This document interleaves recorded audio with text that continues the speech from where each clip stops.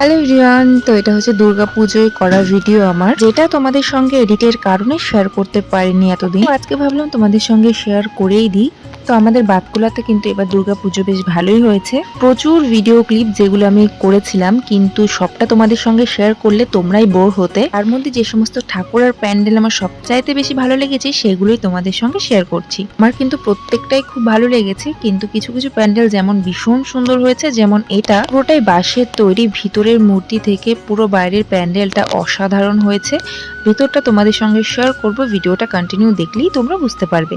ফুলের সবগুলো প্যান্ডেলই খুব ভালো হয়েছে, কিন্তু তার মধ্যে আমার এই প্যান্ডেলটা সবচাইতে বেশি ভালো লেগেছে। হচ্ছে বাতকুলার ইউনাইটেড ক্লাব। তোমরা যারা বাতকুলার আশেপাশে থাকো তারা কিন্তু এই ক্লাবের নাম প্রায় শুনেছো। আর এই ক্লাবের ঠাকুরটাও কিন্তু অপূর্ব হয়েছে, আর মায়ের মূর্তিটা তো অসাধারণ হয়েছে। প্যান্ডেলের সাথে সাথে কিন্তু ঠাকুরটাও মারাত্মক হয়েছে, সঙ্গে কিন্তু এখানকার ঝাড়বাতিটাও দারুণ হয়েছে। আসলে তোমরা অনেকটা বড় ভিডিও দেখতে চাও না, ওই জন্য কিন্তু স্পেশালি যে সমস্ত জায়গাগুলো আমার সবচাইতে বেশি ভালো লেগেছে সেগুলোই তোমাদের সঙ্গে শেয়ার করলাম। দেখতেই পাচ্ছ চারিধারটা কিন্তু ঠিক এরকম ডেকোরেট করা হয়েছে।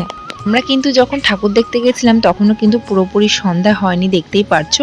এখনো কিন্তু লাইটিং গুলো পরিষ্কার দেখা যাচ্ছে, আর সবে লাইটিং গুলো জ্বালানো হয়েছিল। আমি দাদার ছেলে তিনজন মিলে গেছিলাম ঠাকুর দেখার জন্য। আমার তো আজকে বেশ ভালো লেগেছে। তোমাদের ভিডিওটা দেখতে কেমন লাগলো অবশ্যই কমেন্টে জানিও।